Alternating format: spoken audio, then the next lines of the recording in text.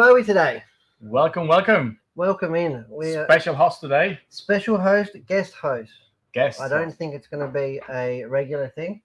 We've lost BJ. He's gone somewhere. We can't find him anymore, so he's hiding somewhere. He may or may not come back. Actually, he's got to come back because we have lots of new stuff here that Heaps I'm of new afraid stuff. we can't talk about. No, well, Well, it wouldn't be much good talking about it. We wouldn't do it justice, would we? but maybe if it doesn't turn up, we will show it, and some of you guys will have to give us some insights. What's Yeah. what? Well, somebody, they can talk us through it. Absolutely. We can make it more interactive. More absolutely. So this is episode 89. Wow. So yeah, it's a lot of episodes. A lot of episodes. Time does march on. We've got our car of the week. Yes. Looking pretty there, isn't it? I think it's really cool. Maybe too easy, but what's the plan? I guess Yeah, I suppose it's hard with iconic cars, isn't it? it is a little bit, but I think it's a really special car. And it's good that you brought it out to show because it deserves to be out of the cabinet every now and then. It needs to come out and breathe. I agree. So you guys have to guess the make, the model, and I guess we probably call the color actually. Yeah. Ultra is going to be a bit difficult with this one because of, I guess, the reflections on the camera. And I'm going to probably give justice to how beautiful is this color. Oh no, and it's phenomenal. And the interior and Brilliant. they are just they really have to be seen in person. That's right. Up close. Even in the glass cabinet, you don't really get to appreciate it until it comes out. That's right. You need to pull it out, put it against the light, and you start seeing all this kind of details of the different direction of light. So it's really cool that we Definitely. bring them out once a week. Absolutely. So what we're going to talk about today? Today we have U gear. We haven't talked about U gear for a while. We've got a new Tamiya RC. Got a new Tamiya RC. We've got some new Tamiya kits. We've got some electric stuff that has arrived. Electric stuff. BJ is going to talk to us about chrome. We're going to talk about chrome paints. I'll leave that to him. We'll let it to He's him. been toiling away. And I guess before we start, I think we should bring this up and talk about the Vintage Bash. The Vintage Bash. The Vintage Bash is something that's happening in the last weekend in October. I think we've got close to 350 members to the Facebook group now. It's only been a matter of 3 weeks that it's been up and running. Hearns Hobbies is the major sponsor for the event, and it is shaping up to be what will be probably, I'm going to go out and say it's probably going to be the biggest RC event in Australia. For this year, absolutely. Forever. I think even Ever. historically, other than maybe a world title event or Yeah. something, I think we've got people coming from New Zealand, we've got people coming from all around Australia, Queensland coming down. So it's a 2-day event, 1 day of practice, 1 day of racing, and by racing it's pretty loose term. That's right. You know. So there's going to be a vast range of cars. We're going to have a marquee of somewhat. We're going to have like a show and shine tent, Yep. hospitality tent, Yep. where everybody can put their cars, and talk about them. So, and here we've been building I don't know if you guys have been watching. We've done a few episodes now on the Frog. Now, YouTube's probably a week or two behind where this is actually sitting. So it's up to here. So really looking forward. I was actually driving it around the shop yesterday. It's actually really cool. It's much smaller than I anticipated. Yeah. And I really remember, like, when I was younger, really struggling with the Tamiya beadlocks. Like, they were so painful, and people say, oh, they're painful. And probably not having done them in excess of 20, 25 years. They're actually not that bad, guys. Don't let it put you off. So we've built it as per the kit, and I've built it as per the Tamiya Get It Running package. That's right. So with the Tamiya Frogs and the chip shortage, there's no ESCs in the kits anymore. So we've sort of spec'd up the Tamiya kit, and we've put our 9-step speed controller in there. It does come with the Tamiya motor, and then I've gone ahead and fitted our Tamiya Get It Going pack, which includes the D300 servo, our FlySky GT 2B radio gear, and our Tornado RC 2400 nickel metal battery. Absolutely. So we've got it to here. I think we're up to episode 4. The next one will be episode 5, and that will be cutting and painting, which is going to be and painting the body. very interesting scenario in here in the basement in Melbourne CBD. Absolutely. You'll be able to smell the You'll be paint. smelling it in Flinders Street, I'm You'll sure. be able to smell the paint for the next month in here, probably. Now, as we're looking at this, I thought, since we have a build, it's interesting how the shocks were made, were set up, because I guess if you lift, obviously, this wheel, the shock is horizontal. Yeah. And you're pushing this way, which is very interesting. Yeah. I guess there was probably first cars where they start putting shocks and suspensions and try different geometries. Well, 1983, and I suppose that there wasn't like a basic fundamental to get it working. Correct. So they were somewhat more creative, and Yeah, and they probably went a bit off the style of the scale as well. you got your thin gearbox here, Thin drop down stacked gearbox with a differential. pivoting on the chassis. Yep, so we've got the arms that pivot through off the gearbox and out to the plates here. We've got a differential. It's got a bevel differential in there. So it really is the same fundamentals, I suppose, as the modern cars. It's just executed a hell of a lot differently now. That's right. And the front didn't have suspensions, but had this kind of sway bar. It's not even a sway bar because it's not connected. It's more like this. Well, they call that a radius arm. And all that does there, that really just is about giving strength to it. So if you have a knock, spring effect. Still. Well, the spring is actually through the middle here. Oh, so it's spring actually. Yeah, so it's actually got a cantilever off the front arm here that presses the spring. So it's almost like a monoshock, but there's actually two springs. Interesting. So it does operate independently, and that's where the spring motion comes from. Is there? So there's no damper or any oil damping, but it does have suspension range and travel. Brilliant. So it probably is bouncy and probably horribly performance-wise compared to today's modern stuff, but it doesn't mean it can't be just as much fun. And I guess this goes back to the reason behind the vintage bash is we all grew up playing with this, competing with this, and we're not trying to bring back this racing, which is not as competitive as it is today.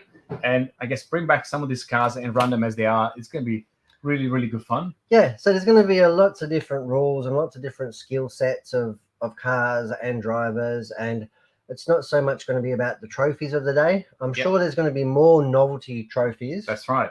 Than there will be like first, second, and third and ribbons. That's right. So I'm sure everybody's probably going to walk away with something. And what we are hoping is that some of these kids and even adults have bought these cars for Christmas just as a I don't know, reviving their memories. Yeah. I guess they can come and race and then use it in a with purpose, which then perhaps brings them into racing the buggy. Or even blow the dust off a car that's been sitting in a cupboard for 25 years. That's right.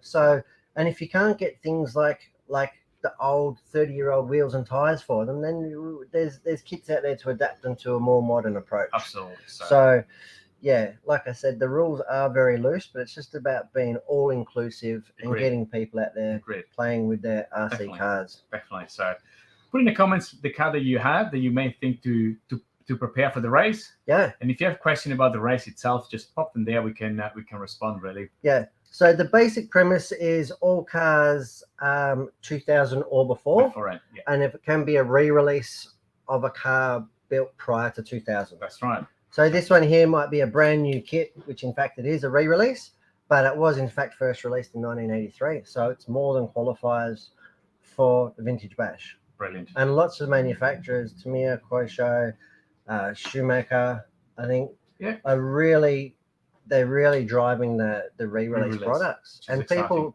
were just lapping it up because they're just reliving cars that maybe they couldn't afford when they were kids. Absolutely. Or always wanted. Or you may have lost it. You move house, you left it in your parents' house, and then your parents turf all your bedroom away. Yeah, you want something to build. I've had like a lot of grandparents come in and say, I built it with, I built a frog with my son. Now I'm going to build it with my grandson. So it's really cool that it's cross-generational. Lots of legacy. Yeah, and we're really cool in our 75th year that we can be part of it. I suppose because we're getting back to a little more of our heritage and legacy. Absolutely. So it really rings true with our values and moving forward. Now, you said 75th anniversary. Yes. So, obviously, we have to bring this up. Let's go. So we showed briefly this last week, and this is the first limited edition for the 75th anniversary. It's a VQS that we all collaborate. So I built some of it. Collaborated. That's right. You finished it up, and BJ did the body shell. So that's right. So Nick did the initial assembly. Yeah. I fitted the radio gear and got it paired up and soldered up the brushless motor and stuff. And BJ put the custom Stickers. decals Yep. on the body and give it the finishing touches. That's right. So this is going to be one of a one. few This- re-releases yes, that we're that's doing, right. special releases in That's our right. 75th year. And this is going to be presented as a one-of-one car. Yep. It's going to come with authenticity certificate. That's right. It's going to be personally signed. There's going to be a video on that. That's right. And really hoping that somebody grabs it and gives it a good home. Who knows? It Absolutely. might even be there at the Vintage Bash. Somebody might even drive it in anger. Absolutely. And I think we should briefly show this. I won't show it in full, but this is the next limited edition that we are preparing. So this is not announced yet. This is not announced. There's been a few teasers, and it's good that you're holding it far back so people can't actually see. But this is very special. So this will be a mega limited edition that will probably go live within the next couple of weeks. It's virtually ready to go. Yeah. There'll be 10 cars. One will be built. 9 will be boxed or limited edition. I don't think the built one will be ready in a couple of weeks. They will not be ready in a couple of weeks, but will be part of this release. So keep an eye out, and we'll give you instruction how to get the cars and one of these. So there's one of the show that overhead. There is one of the certificates of authenticity. So for the 75th anniversary, as we said, we'll have quite a few exclusive and limited edition, and they will all come with this certificate. And this will become a true collectible. In 20 years' time, as now we're opening cars and products that people bought, 30 years ago, and we have names of people that worked here 30 years ago. That's right. Last week we showed a 40-year-old Fox, weren't we? That was for repairs. And so hopefully someone is going to collect this, and it's going to come back and here. And cherish it and hold it, and it might come back and sit in the display case. Absolutely. So, you will see a few of those certificates being released in some products in the coming weeks. Yeah, I won't say there's going to be one a month, but there's definitely going to be a few throughout the year. Special limited edition stuff. Absolutely. Trying to celebrate our 75th year. That's right. And make it special, not only for us, but for people who have been coming here for generations. Absolutely. Effectively. Absolutely. All right. So we had quite a few people joining us. So Shane, afternoon. Tony has... haven't seen Tony for a few weeks. We haven't seen him, but Tony's here with us, and he has an old Fire Dragon from the 80s. Now, Fire Dragon... Here we go. Oh, we have one on the shelf, I think. Fire Dragon is the red one. Fire Dragon is the red one we have on the shelf.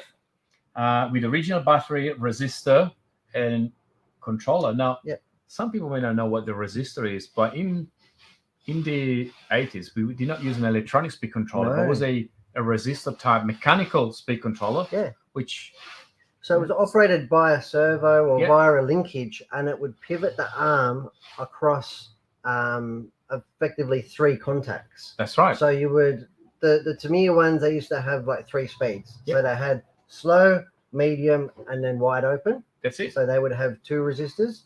Some of the other more advanced cars are later on the piece. They just had one big resistor with one swiping arm that would go up and down. It'd be more modular. Very modular, so a lot more than 3 speeds effectively. Right. And that was commonly referred to as a mechanical speed controller. Yeah. So, absolutely. And they gave no amount of grief and injury somewhat, especially if you were like playing with it inside or something on slow speeds.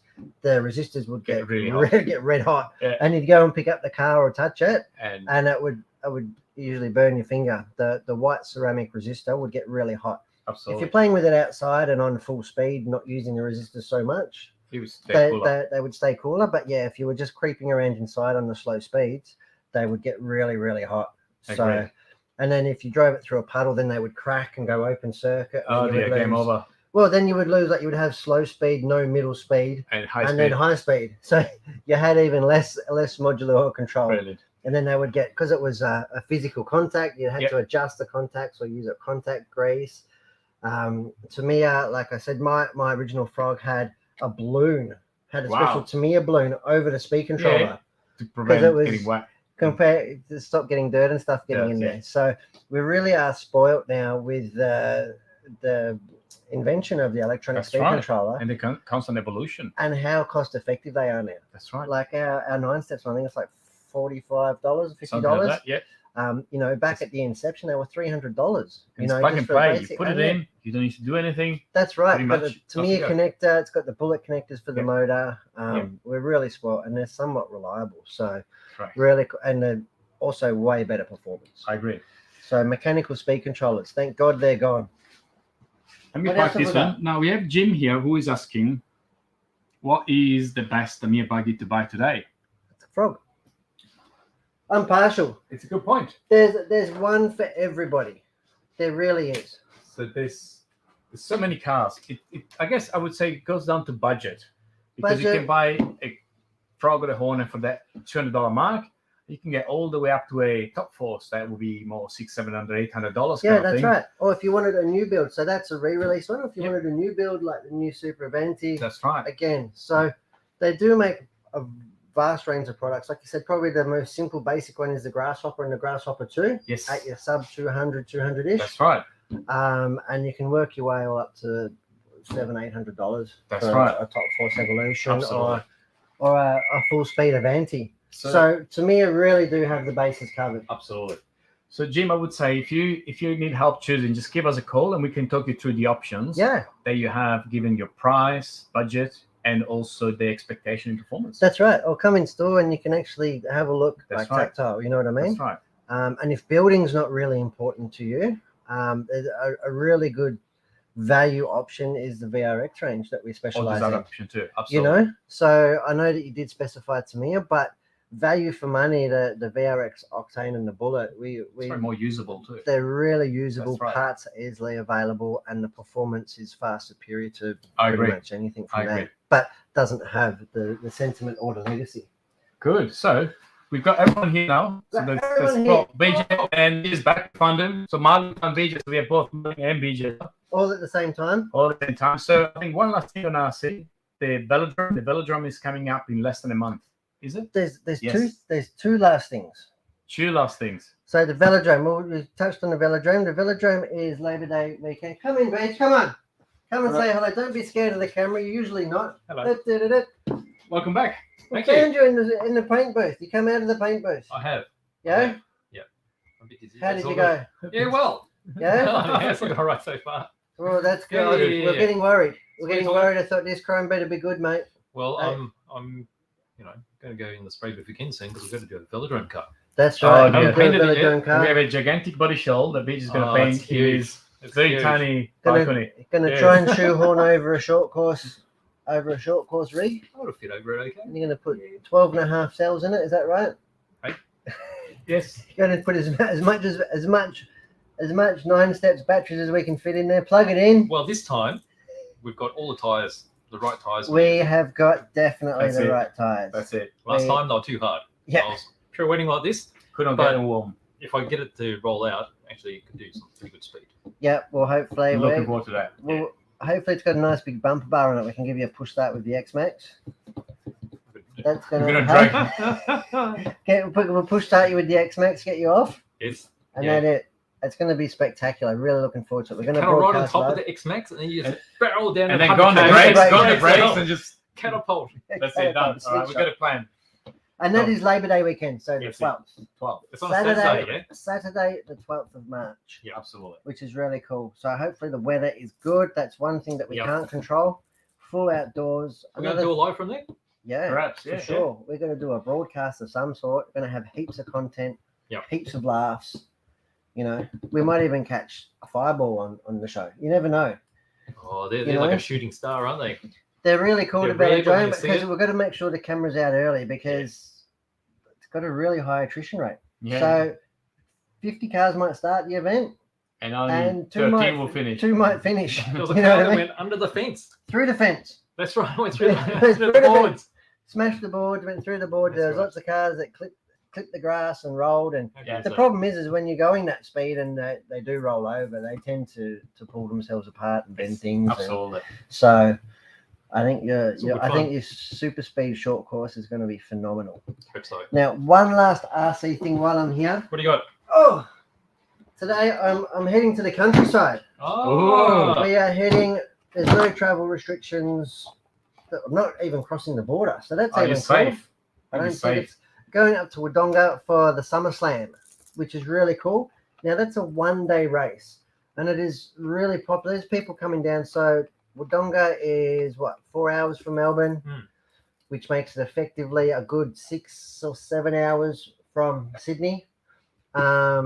So it's not quite halfway, but there's a good good contingency of New South Wales guys coming down. That's brilliant. And people from Canberra as well coming down for the race. There's a load of Victorians heading up. And yeah, we're going to go race RC cars. Should be good. So the track opens Saturday morning, and the racing starts Saturday lunchtime, and we'll probably go through until I'd say midnight. I know that they want to try and finish it earlier, but having been to many RC race, I know that they usually tend to go a lot longer than what they say. So yeah, taking the Yokomos up there, going to have a play, going to have a race at the Wodonga SummerSlam. So that is really cool. It's really good to see the Victorian Regional Club of Wodonga up and going again. Yep. Pretty much haven't been able to go up there for 2 years. That's right. Yeah, that's right. That's always a Because very, of very the popular race situation. actually up there, so it'll be really good fun. Yeah, so I think they do like 2 or 3 popular races. I think there's this one, there's a Clay Masters or something, something like that, and other big events if they ever get the Vics and that sort of stuff. So really looking forward. This will give the club a big cash injection. It will hopefully get a lot of people from the community involved. And yeah, we'll get to see a lot of faces from New South Wales that we haven't seen for a while down in Victoria. It's always something special about a road trip. Yeah. The hotel normally. What happens on the road trip gets told to everyone. That's right. There's no secrets. That's right. Yeah, we're a wild bunch, us RC That's car it. racers. So the person that I was going with, Mr. Aaron Define, has actually gone into lockdown today. Oh, that's a bit As bad of luck, today, isn't he's it? in isolation. So I will be going up solo and bunking with the Solars. So Right. yeah, and I'm going to head up tonight after work, head up there. I'll take a few bits and pieces and we'll go race toy cars tomorrow. So yeah. Absolutely. Cool. So that is it for RC news. Welcome back in, Beach. Thanks, mate. And I will faithfully depart, and you can educate people about all the cool stuff that we've got here. And you may go look for Marlin that was here and his Disappeared. How about we'll get the Marlin here? Get the Marlin. Talking about trains. No worries, Did we guys. talk about the car of the week? Yeah, Thank you, have a Brett. good So the segue. car of the See you week guys. Bye. was guessed by Con within about 4 minutes. What do we need to put here that Con won't pick? What doesn't he know I about? think we just need to hide it Is it Eastern European cars? and just guess what's behind the. Chinese cars? Ooh. Con, French well done. cars? So Con has guessed that this is a McLaren 675. Is it? It is. LT. Congratulations. That's spot on. Okay. This is a very special color. Obviously, in the camera, it will look like obviously white, but it's actually a pearl color, which we may show a bit later on the top camera. It's actually really impressive. So, meanwhile, Scott Rawlings is joining us. So, hey, Scotty. Hello, Scott Scott. used to work here and is a good friend racing Yokomo for a very, very long time. Yes. How many years, Scotty, have you been racing Yokomo? As long as I know you, I think. Since he was born. Wow. That's a long time. So yeah, Scotty is back into racing. Had a daughter a couple of years ago, and now is ready to race again. So Cool. start picking up a few bits and pieces to get his BD10 ready to go to race up in Bendigo. Good So stuff. Good, Yeah. absolutely. So excellent. So while we wait for Marlin, we have lots of stuff today. Did you touch on that? No, I said that we were going to talk about, but I was a bit okay. out of. Well, there's all sorts of things, aren't I there? think we're going to bring those up. Yeah, why not? Those going to be All right. quick in case Marlin turns up. So we finally received the Christmas delivery of Scalextric. Christmas. Merry Christmas. Yay. Haven't even set up the tree yet. Now, so Scott has been racing Yokomo since 2013. So BD7 and BMAX 2. Well, that's a long time, Wow. isn't it? Good stuff, Scotty. So that's brilliant. So 13 years, you're going towards 10 years. So, so Scalextric. So these are two, I think they're new. Now, I've seen that before, but I wonder if they have changed the color or changed the number. So let's say the Mini Cooper. Well, the Mini's always been popular, haven't they? Now, they haven't They always have. been available. It's got a really nice silver finish on the does. roof of this. Yeah, definitely. Definitely. But I'd say it's probably a livery change. That's right. Yeah. Here we go. Martin is ready in the meantime. Ah, Marlon. And- Hello. Hello, guys. And we also have this thing here. It's Does a bit weathered, isn't it? This is a bit weird, a bit bitten up. Is this from the movie Only Fool and Horses, which is a Right. British, I think, it's a British series, I believe. But I think this car is just phenomenal. Yeah, it looks Like, good. it's just brilliant. It's already funny. It is. I can still remember it when they had it on Top Gear. Yeah, Trying to that's go right. around in London, it kept falling over. That's right. So one wheel at the front, two at the back. Not the most Yes. stable car, but yeah. So Yeah. brilliant car to add to your Scholastic collection. Mm. After all, so Yes. So 40th anniversary. 40th anniversary. Yeah, absolutely. So here we go. Yeah. Nice. So And that's Mini. your really nice. Mini. The Mini is the Mini. But as I said, we haven't had a Mini for some time, I believe. Minis are meant to go really well. Yeah. Absolutely. So Yeah, it's cool. Okay. cool. Let's park this again. Yeah, and get Marlin in. We've got lots of train actually that we received this week. Got some exciting stuff, Mr. Marlin. Right. So Oh, first thing first. This one here. Oh, thanks, Nick. There's two little guys here. now, I think it was yesterday I posted a photo of, is this real or a miniature? And it was actually a real photo. I was a Puffing Billy. So it makes sense to have that shown now. But a couple of people picked it as a miniature. But Wow. I actually posted something real for once. For once.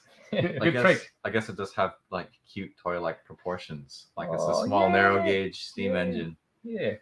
But yeah, it's a beloved product that we get from Hasco, and they produce these really lovely NA class locomotives, Really popular, isn't it? which were built for the narrow gauge lines Yeah, across. like- Oh, thank you.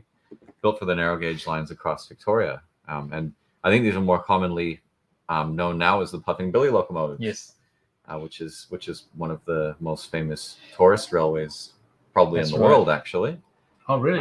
Yeah, Wow. it's major tourist attraction for Melbourne, and I guess for anyone who hasn't been on it, it's Yeah. definitely worth checking out. It goes Definitely. through some really beautiful Scenery. countryside Yeah. up in the Dandenong Ranges. So for a few years, you weren't allowed to put your legs out because I had an accident with a car. But recently, you're allowed to do it again. Have they changed it? You're you back know, to doing it. that was one of the funnest things because you go over quite a few quite steep gorges over trestle bridges, and it's Yep. really cool having your legs dangling out the Yes. side. At one point, I lived in Cockatoo, which is a town where the Puffing Billy runs through, and our property backed onto the Puffing Billy tracks. Really? So there'd be one train every day that would make it all the way to the end of the line to Yep. Gembrook, Yep. where people would stop for lunch and then come back. And if I timed it just right, I could be out on the back porch and wave to people How good's as that? they'd roll past. And the smell of the coal burning was always something that I really Oh. liked. Yeah. It's So I'll bring this a bit closer so we can have a look at the detail. This is Canadian red. So we get this produced in 5 different variations. The most common color is, there we go, is black. There we go. And they All do focused. black with the original style smokestack, which is what this has. It's a brass sort of like top on the smokestack. They have a more modern stack, which represents what the modern Puffing Billy runs. Yep. And then there's also this gorgeous Canadian red version, and then there's an apple green version as well. So Yes. I think this is my personal I favorite, this agree. particular one. I think it's striking, but it's subtle enough. It's I not agree. overdoing it. Beautiful striping. I like the contrast with the grey. That grey and the kind of dark red. It's quite nice actually. Yeah, it's really lovely. brown. There's- it just works. It's a good Yeah, color combination.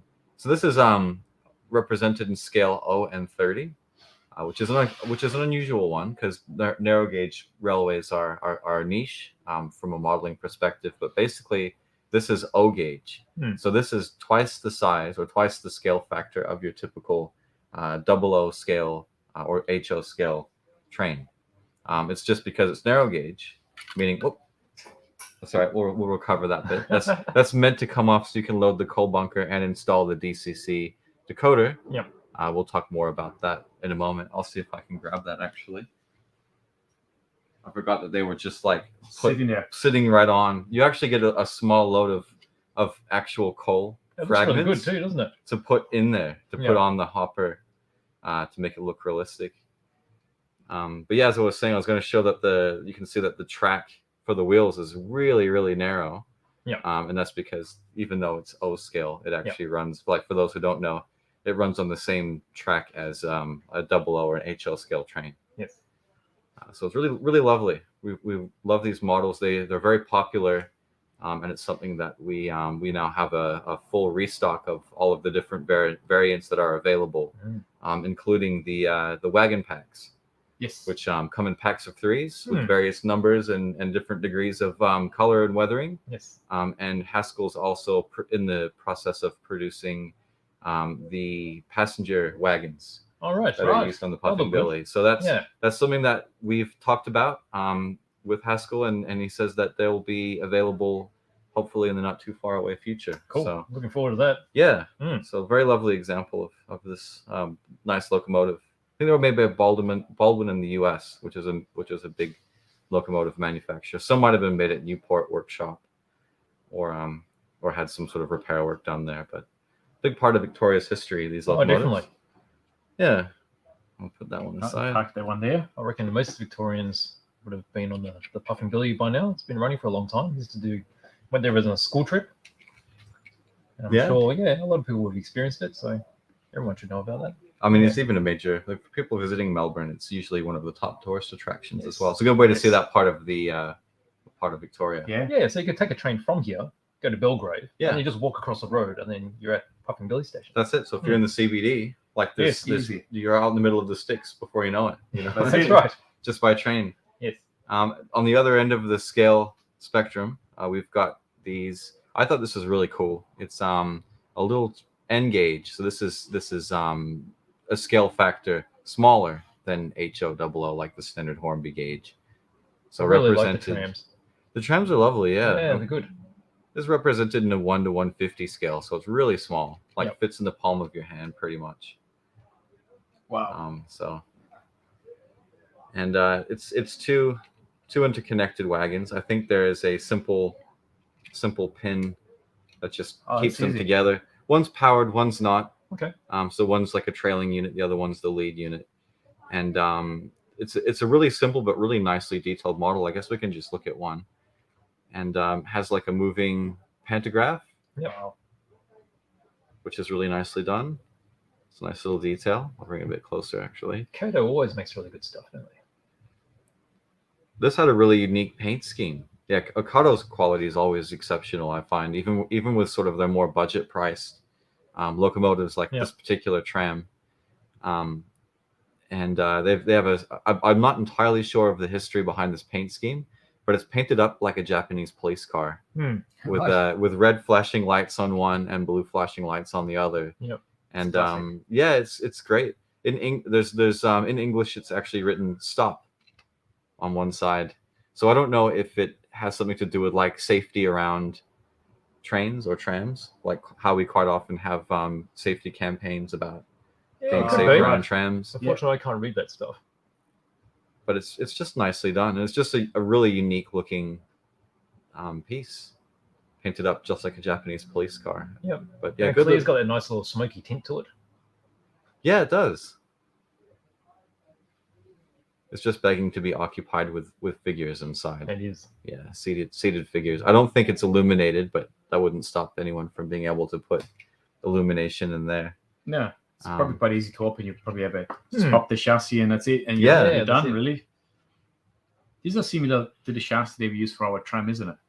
Oh yeah, it's a very similar one. The one that we use for the comical tram has bogies though that swivel. Yeah. Yep. This is based on a chassis design that Kato sells as a standalone item you can buy, just a 2-axle one, and they run really good for the size and the weight. And this is designed as like a budget entry point for somebody really interested in model trains. So not a bad place to start, Kato. That's right. Very, very nice locomotives at any price point. So yeah, there you go. You can see as a contrast and scale the size of that compared to the. Oh, there we go.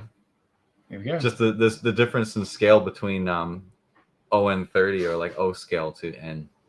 So yeah, design for people who might have very limited space to work with, which is one of the things I like about it. And steady hands and good eyesight. Yes. Steady hands and good eyesight are a necessity. But let me just see if I can reattach this. Put these back together. Yeah. It's great. Here we go. I'll put that over to the side. Here. And what other goodies did I have? Let me have a look. You've got your power cab, actually. That's right. Oh, we haven't spoken about power cabs in a while, actually, or digital model trains.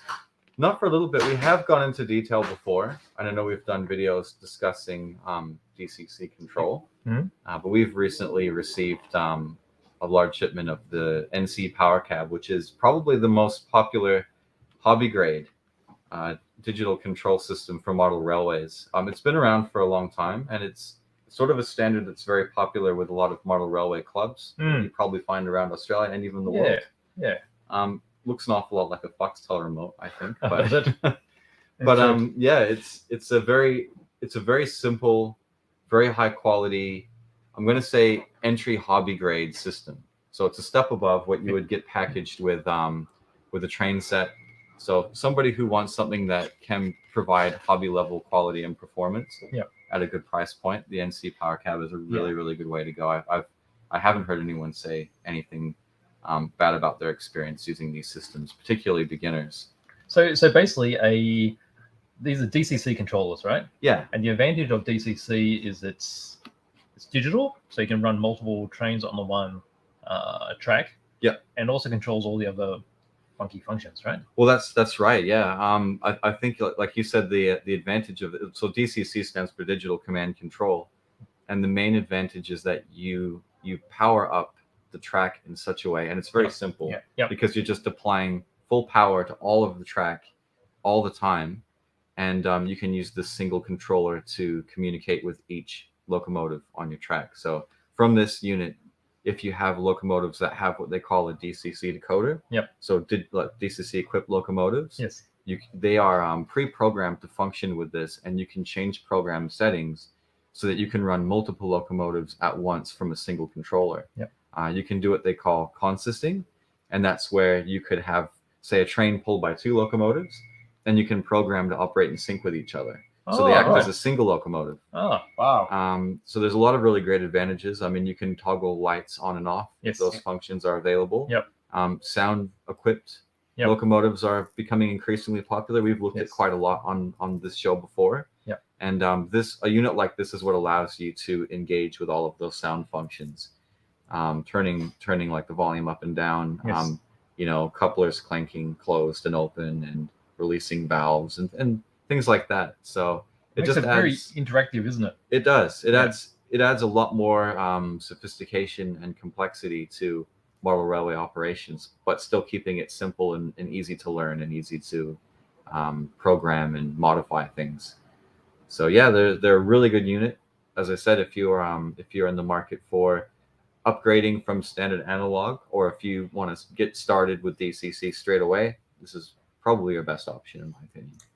Yeah, absolutely. I guess if you're new to these and you're analog and you want to upgrade to digital, I guess you need the unit, but also you will need a small chip to install into your trains. Now, most of the trains today are DCC ready, which is making for a very easy installation. That's correct. Yeah. But if it's not DCC ready, it's also possible. And it's something that we've done here. Marlin has done a couple this week. Requires a bit more operation, but it's possible to install a DCC chip into virtually any train, I would say. Yeah. I mean, for most locomotives produced now have what the DCC ready, so it's just a plug and play. You usually remove a shell or a component of it, and then you get the appropriate decoder and install it. But you can do a hardwire installation, which requires soldering and working out how to wire things up. Still doable. Virtually any locomotive can have that installed. It's just a matter of like mating the right chip to the right locomotive. But yeah, it's a really good process, and just adds a lot more functionality and fun. Yeah, that's exactly right. Once you start putting sound, that adds a complete new degree of it's really enjoyable. Like, it's impressive. You see these little trains that really sounds like a real train. Well, the sounds are getting so much better over the last few years. Sophisticated, yeah. Just the quality of the sound output in a small locomotive is amazing. And the amount of detail that you have sound when it starts, when it stops, the inertia, and these kind of small details that are being consistently added.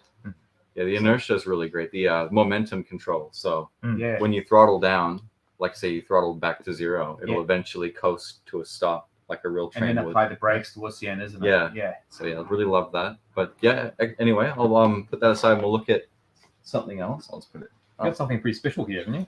Yeah, that's a book. Must be a book. Yeah. So got a brand new batch of pretty wonderful stock from Kato, which is my favorite Japanese model railway manufacturer, and they always produce really nice ways, elegant ways of presenting their locomotive sets. So we'll open this one up. So it's like a book. You've got a nice dust jacket on it. Makes a lot of sense because you can get your collection and just put it in a bookcase, and then That's it. whenever you feel like running whichever one, you just pull it out like this. This opens up, and then it's all nicely protected inside the box. So yeah, we've got your information here regarding the train, but let's Yep. have a look at what we've got. So Wow, It's pretty extensive, isn't that's it? a long train. yeah, so this That's is a 1, 2, 3, 4, 5, 6, 7, 8 car. eight car set. So it's probably as long as the actual train that they ran, but it's the Shinkansen, Wow. which is the original Japanese bullet train from the 1960s. I love these, and I love the fact that the design was so heavily influenced by aircraft design. It almost has like a Boeing 707 That's look right. to it. Yeah. But at the time, these were the fastest and most sophisticated trains on the planet, and they're still really impressive performers. And I guess these the design's gone through many changes over the years, but this is the original iteration of that design. And I believe, BJ, you've had experience traveling on the Shinkansen before. I have. I've traveled quite a few of them, and they are quite amazing.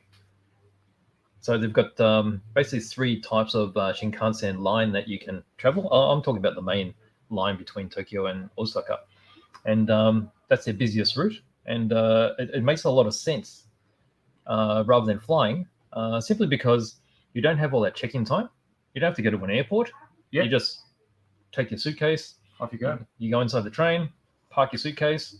You're on the train for maybe a couple of hours to get to Nagoya or something like that, and then you just walk off the train and you're there. So you've got a lot of people that commute every day on a Shinkansen, which is quite amazing in itself. They travel from one city to the other doing business trips. And it's really simple to do that and then get back home.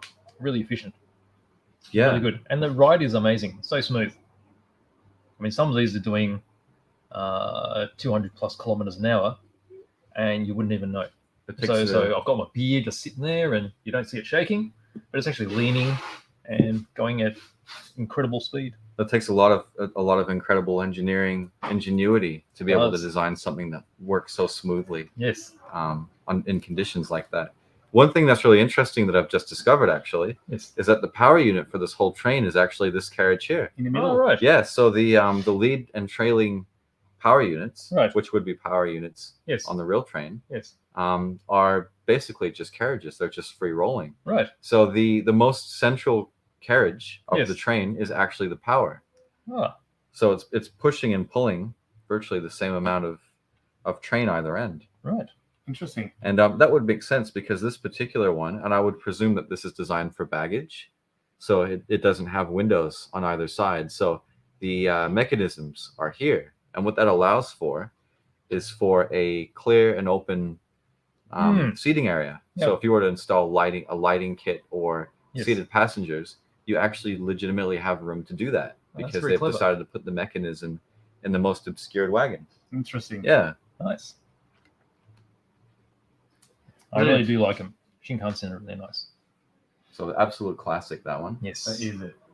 Yeah. Brilliant. We haven't had one of these big long trains in a while in stock actually. No, the last one we had that was like this was the it was an American one. That's right. It was stainless steel. Stainless steel, you're right. Chicago, Burlington, and Quincy. That's I think. it. Yeah, Right. that was lovely. Same sort of presentation as well. Absolutely. When you go to Japan, you go into the model shops and have bookcases full of this. Looks That's like right. you're going to a library or something, but So all I've got on display is this end. yeah, Okay, and there's that's got the hundreds and description. hundreds. It's impressive. You have to know what you're looking for. They're little tiny Yeah. places too, aren't they? Yeah, little, very tiny. little holes. One person at a time. Yes. Cool. Brilliant. Excellent. Nice. All right then. Really That's good. good for Excited about that. lots of train stuff again flowing through. It's actually quite nice to Absolutely, see. We did a delivery of some Australian trains as well. Was it late last week? There was a couple of things from SDS from memory, wasn't it? Oh, we got some overland. Overland, coaches that's right, From yes. Austin. Oh, season. actually. That's Yeah. it. That's it. Yes. And those have been very popular. So they're all sealed, so they're hard to have a good look That's at. right. Because we like for their new owners to be the first person to have that privilege because they're Absolutely. beautifully made sets.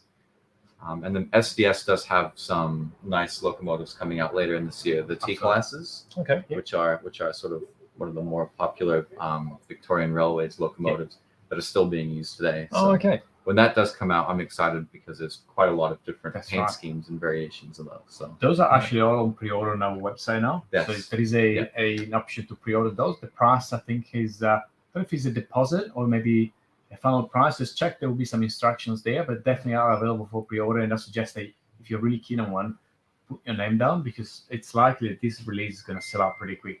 Yeah. So excellent. Yeah, Very well, good. thanks, guys. Thank you, Good Martin. No Good, worries. good training segment I today. like that. I like that a Well, lot. I'll leave this with you guys if that's okay. Yeah, Absolutely. sure. And hope everyone has a great weekend. Thank Thanks, you. Marlon. Excellent. All right. All right, Well, so you let's- pack it up here, and let's- I'll put it in here, and I'll take it home. Let's see. Oh, you're taking this on. Oh, cool. Oh, did I say that? You said that. Excellent. So we have Bruce. He said it's a good-looking train set, double O or HO, but this is actually N scale.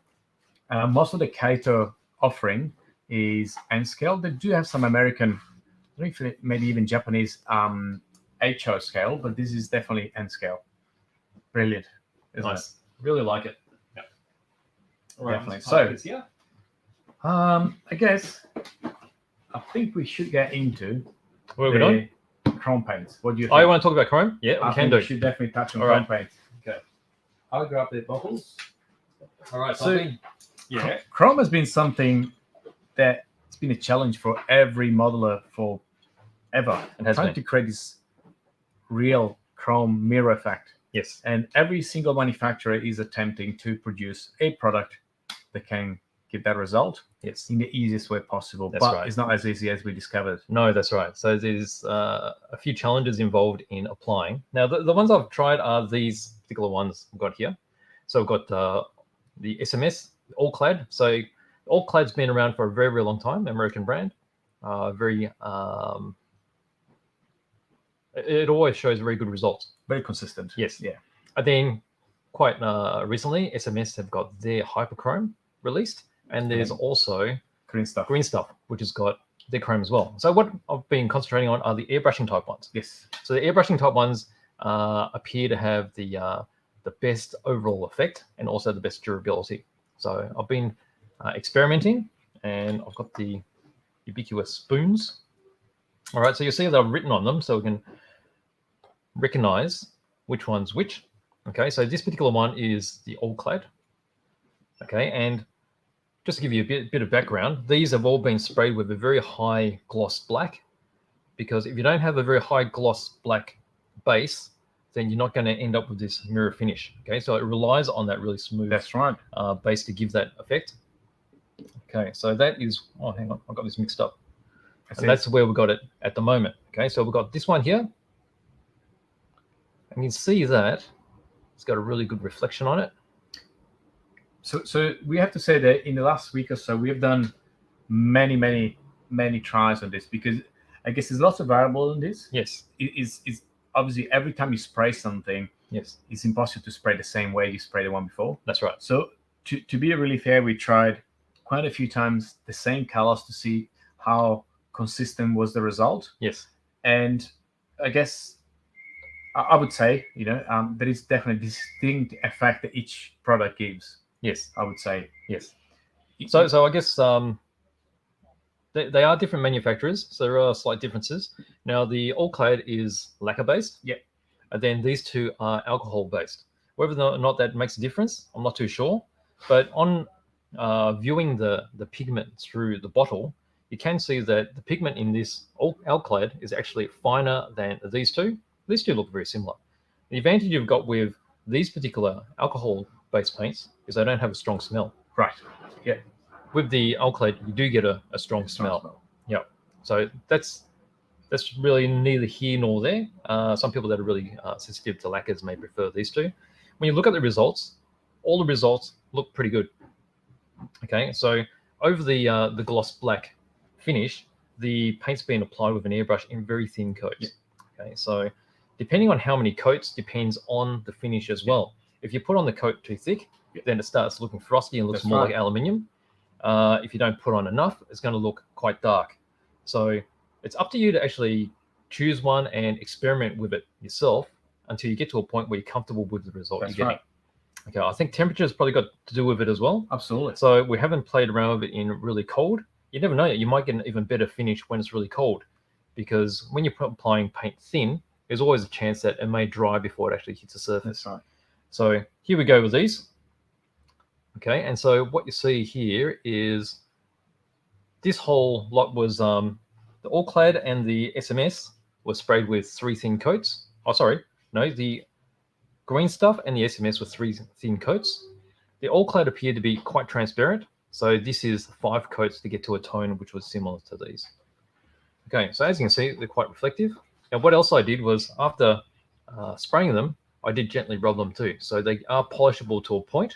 And it does improve the sheen a little bit because whenever you spray something, sometimes you get fine paint dust stuck to the surface.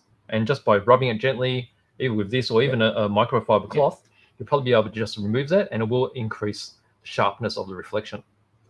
Okay, but I think you can say that all 3 of these are a chrome look. It's very impressive, So actually. it's much better than any metallic paint That's right. that you spray. You know, you get some really fine pigmented silvers, I agree. but they still won't look this fantastic. It's very interesting as you paint them, they start bringing up these reflection. Yes. And the you start from black and you just get the first round, you start to see a bit of reflection. Yes. And you can go, as BJ was saying, as far as you want, just up to the point you're happy with the reflection. That's right. Now, one thing I personally noticed, I don't know whether you're going to touch on later, but is the quality of the reflection. Yes. And we were just discussing yesterday, it's very similar to a camera when you have your ISO. Yes. And some give you a much finer and, I guess, cleaner reflection than others. And I think it's got to do perhaps with the pigment itself. Yes. I guess we can, experiment with more coats or less coats. Yes. But the iCloud, in my opinion, and you can actually see on camera, I believe, you can see a much more defined and very fine reflection line. It's very precise. But if you look at these other 2, they're a bit more, how do we say it? There's a bit more noise around it. Yes, I guess noise is the best description. Yeah. So there's no doubt that you're getting a good reflection, but you see there's a softness to them. This is correct. Yes, absolutely. And I mean, it's fantastic, the result, no matter what. And if you only have one and now the other 2, you wouldn't be able to compare it. That's right. But because we've just gone through this exercise, you want to be really picky. The iCloud gives you that much more, I guess, cleaner. Yeah, I guess if you had to pick one out of these from quality alone, I would pick the all-clad. Okay, so bear in mind that that's the lacquer and it's going to have lacquer smells, and you need lacquer thinner to clean up. Absolutely. If you have a sensitivity to that particular smell, then these are fine, and you clean these up with an alcohol or alcohol thinner, which is easier. Yeah, so like a Tamiya or a Mr. Hobby type thinner. Yeah, and you still get a very good result. Just won't be as fine as this one. Bearing in mind that these do have a price difference as well. Correct. Yeah. So either of these is basically half the price of this one.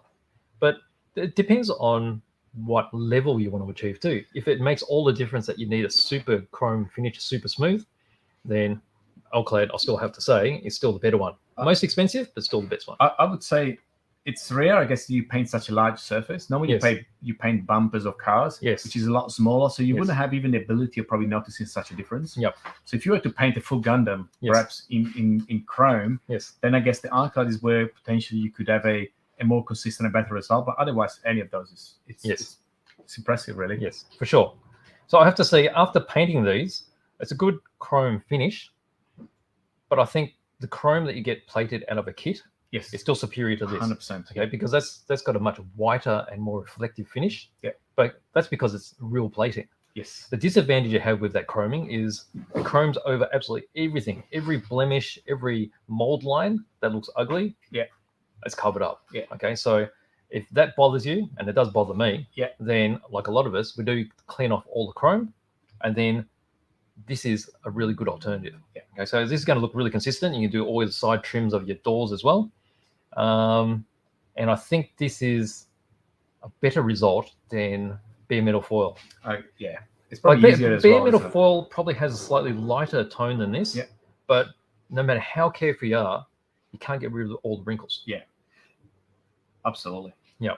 So there you go. And it's impressive that you can also rub them off with your fingers and you don't affect the quality. Because we played with the Molotov pens in the past. Yes. The Molotov pens is a fantastic result. Yes. However, if you touch them, yes, they tend to kind of They go matte. Matte, that's Yeah. right. Yeah. Although a subject for another tutorial, I think I have been playing around with some clears to go over molto. Yep. And I think I found one which gives it a fairly decent result. Yeah. So I'll put it on and I'll rub over the top. So it does dull it a little bit. That's right. But after you rub it, it doesn't affect it. Absolutely. So I'll show you what I've done with the molto at a later stage. I guess the molto is a different type of thing. So green stuff also have a molto style one where it's not called the airbrush. It's just a regular chrome and that's brushable.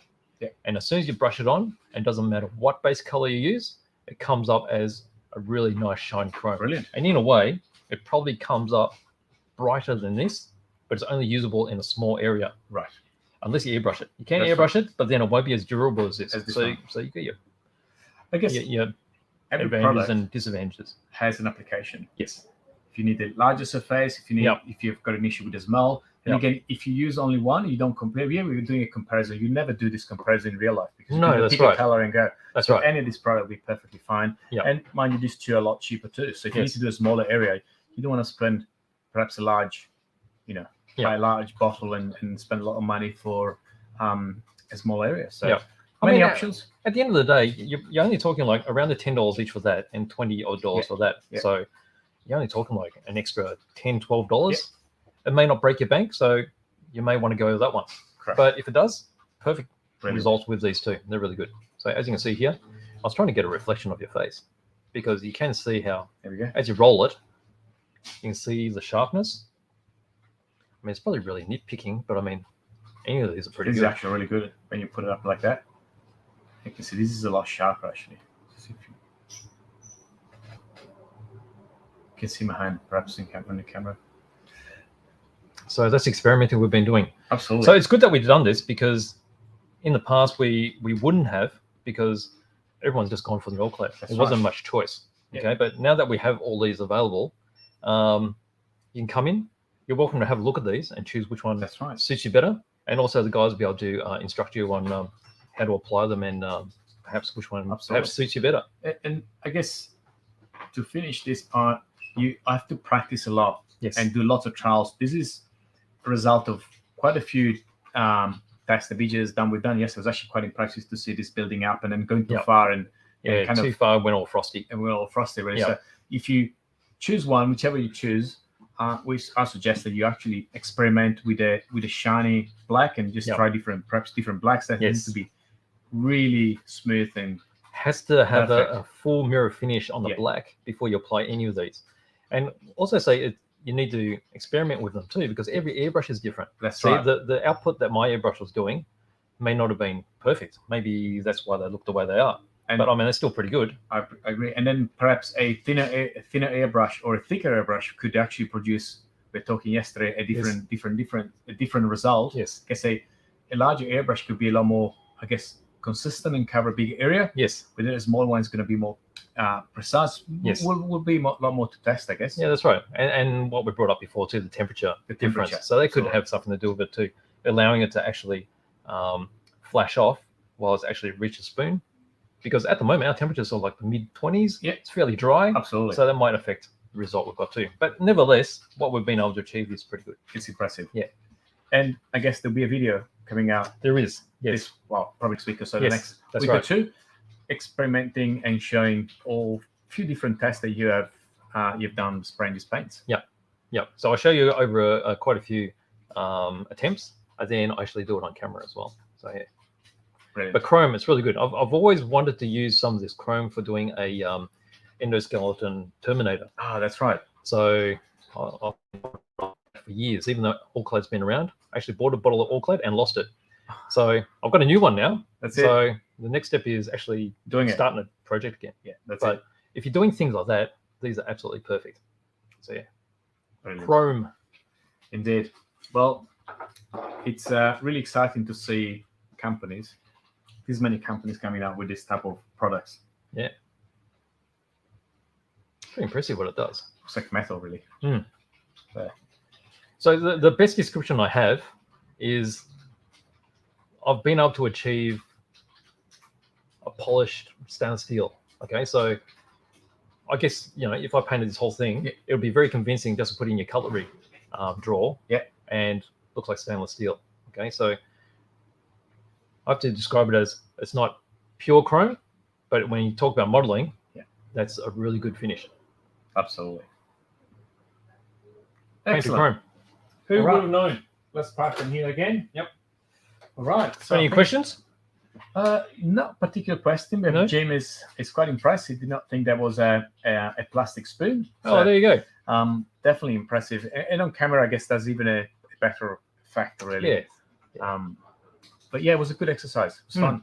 For sure. Yeah, Definitely. always learning. Absolutely. So very good. What else do we have? I think we're getting towards the end of today, but I thought lucky last. That's brand new, isn't it? This is brand new. These arrived literally 10 minutes ago.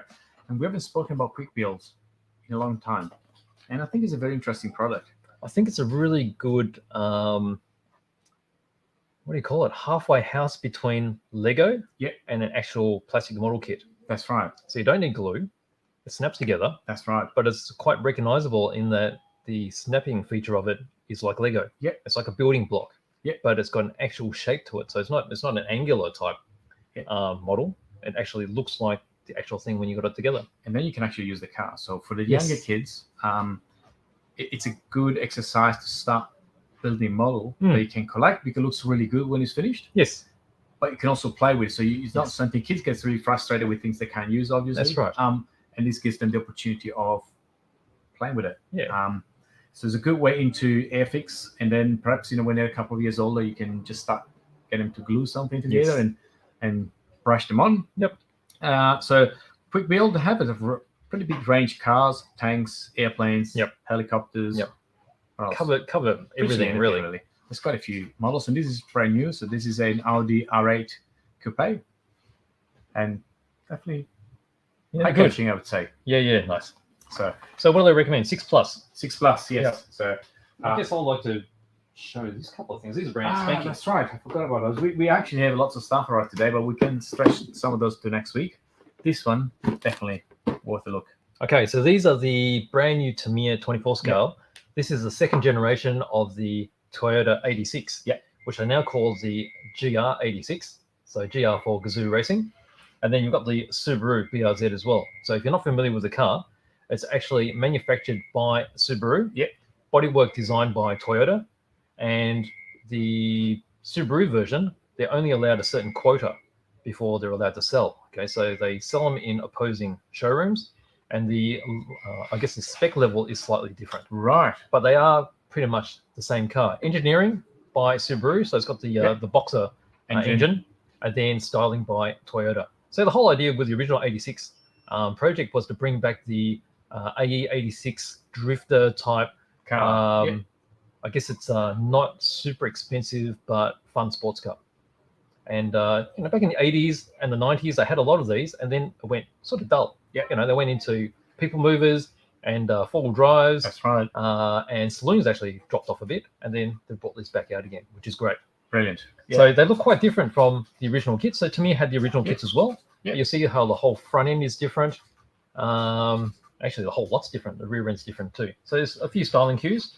And apparently on the real cars, they've actually fixed parts of the performance as well. So they used to have a real flat spot in the engine. Yeah. Apparently they've gotten rid of that. So a bit of tuning, they fixed them up. And I think they look really good. They're very organic looking now. Less sharp. But I think that's really, I guess it's pleasing to the eye. It's not harsh. Right. And also this one, you can see how they've got a few of the styling cues from the Supra. That's right. So true that. It's got that sort of look to it. Interesting. Yeah. So brand new. And from what I can see on some of the builds so far that have come out, most of them have been Japanese builders because these were released a lot early in Japan. They've come up with a lot of, I guess, engineering parts that make it much easier to build. Oh, right. So certain parts like I think around the door trims, they've got separate so that previously where you had to mask them to get the lines in properly or hand brush it, they're actually separate. Wow. So it's a lot easier to put together and make it look nice. Yeah. Yeah. And full engine detail. Really nice. So brand new. Very Just good. arrived. Fresh. What else we got here? This one? This one? This one's not brand new, but we've got some more stock. That's so whoever missed out on these, there are some more available. Really beautiful looking BT44, 12 scale. So it's nice that they've re-released quite a lot of the 12 scale. Yeah. So Definitely. F1's really nice. And I really like this shape because it's quite flat on the sides. Okay, sort of flares out a little The bit. big wheels at the back. Yeah. It's huge. Probably be able to see the profile there. But it's got this big, massive air intake. Yes. On top. Oh. That's it. There. So a bit like the Ferrari, the 312T, was it? They had the big intake as well. Yeah. Classic cars from the 70s. Okay. Right. So I guess last. What do you got there? We said before that we have received all the Christmas stock. So we received 4 different sets. Yes. Those were meant to arrive well before Christmas, but Yes. obviously They're it back. happened. So they arrive now. So just showing one to say they're here. There is the Australian The battle set. battle set. Yep. From memory. Yep. And a few of those that are a bit more entry level, going from sub $200 from memory. So quite a few Zonka sets. That's a really fun set, I reckon, This is because really cool. this is the chase set. It's got a So you got the police car, he's got the sirens, he's got the flashy lights. and quickly do The whole idea this. is the police car is meant to knock the Here we go. other car, I guess, out. So that's a Tirana, and you've got a GTHO here for a police car, which is a bit special, That's it. isn't it? Definitely. But I like it how it's got a jump. So slot car with a jump, always action packed. That's it. Yep. Be aware that they can break It's and the may break. all about the fun. Very good. All right then. So we're at the end of another show. Really? Today was That busy. was quick. Today was full on. So we talked about lots of Tamiya stuff before you came in. Oh, really? Okay. We had a chat about our projects, We've got special projects. special projects. So look out next week. We're going to be unveiling some projects. That's right. So we spoke about the VQS. Yep. We mentioned there'll be something special next week. Yes. We showed a small sneak peek. Yep. And talk about the Vintage Bash Yes. that's coming up. Yep. The Velodrome again. Don't Guys, forget the Velodrome. Don't forget the Velodrome. That was probably the best event of last year. I mean, Oh, we for didn't sure. have many, obviously, but the Velodrome was probably one of the most enjoyable races I had made. Thrills, spills. Crushes, Yeah, it's good. speed, Yeah. and really relaxed after all. You know, we've done a couple of races recently. It was really intense. And the Velodrome is always like just Yeah. good fun, really. Yeah. Lots of laughs. So if you have a car, which of any kind, just bring them along. You know, Just bring it, you'll have give it a the go. chance of going around this oval a flat stick without risking to either injure someone, damage much your car, because realistically the cars break, but not badly really. No, that's right, because it is fairly open. So unless you do something really silly or you totally lose control, most of the cars come back and they're easily repairable. If you go well over 100 k's an hour, I guess is where you start making damage. But if your car goes probably 80 or around the 80 k's an hour, I think it's going to be manageable. Yeah. And if you're that wide, if you lose control, by the time it's up on the top of the of the track, it's probably slowed down enough that it's not going to make too much damage. But jump on our Facebook page, go through the event. There's quite a few events we have listed there. We have, yep. Browse through, and there'll be the Velodrome as well. Yep. So just register your interest. Yeah. You know, whether you're coming or not, doesn't matter. If you register, you'll get all the updates. That's it. Because we're sure to make a few more updates as we get closer. Just That's to remind you to get your stuff ready. So, And there'll be videos coming after too. yes. So Yes. if you're registered, even though you're not going to attend, you will see some spectacular, hopefully, videos. Yep. Coming up For So, sure. Awesome. Great. Looking forward to it. Very good then. Everyone, have a good weekend. That's it. Again, thank you for joining us. We'll see you again next Friday, as always, 2 p.m. And there'll be another pack. We got a few things that we even go through today. Oh, we'll yeah. Missed probably out. pick them up tomorrow, next Friday. All right. All right, Sounds then. good. Thank Okay. you, everyone. Thanks again. Have a good See you weekend. later. Bye-bye. Bye-bye.